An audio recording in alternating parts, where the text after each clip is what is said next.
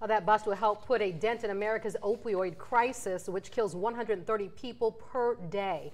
Alabama schools are also stepping up, putting the naloxone in the hands of school staff to combat opioid overdoses.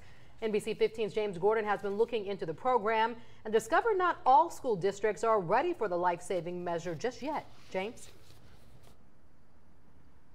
Well, you know, local school nurses have been notified, but both the Mobile and Baldwin County school systems are waiting on a directive of the State Department of Education on exactly when this training will get underway. The drug is called naloxone, or Narcan, and it's applied nasally or through an auto-injector, so it can rapidly reverse the effects of an opioid overdose. School nurses are licensed to use the drug. However, training administrators, coaches, and other staff at local schools will take time. Fairhope resident Christy Wells is a recovery advocate and a recovering opioid addict herself. She's also a parent.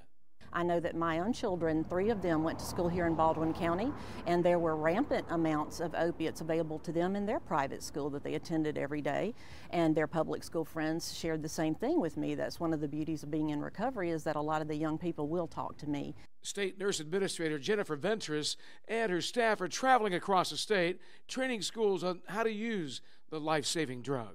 We only have the drug right now in our high schools. Hopefully we'll be able to secure the funding to have them in middle school as well. But this is something that we felt like would really help us to be able to make a difference in a child that either had a problem or just took too much.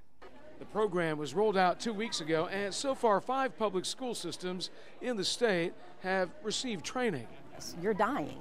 They're not going to give it to you if you're not completely, stopping your breathing. So it's not something that we're going to all run around with Narcan in our hands. But we certainly need to have it readily available, and we need to have our employees trained on how to use it. And it doesn't take rocket science. It's very, very simple. The training is not mandatory, and local schools will not have to foot the bill. State and federal grants are paying for the training program. Now we're live in Baldwin County. James Gordon, NBC 15.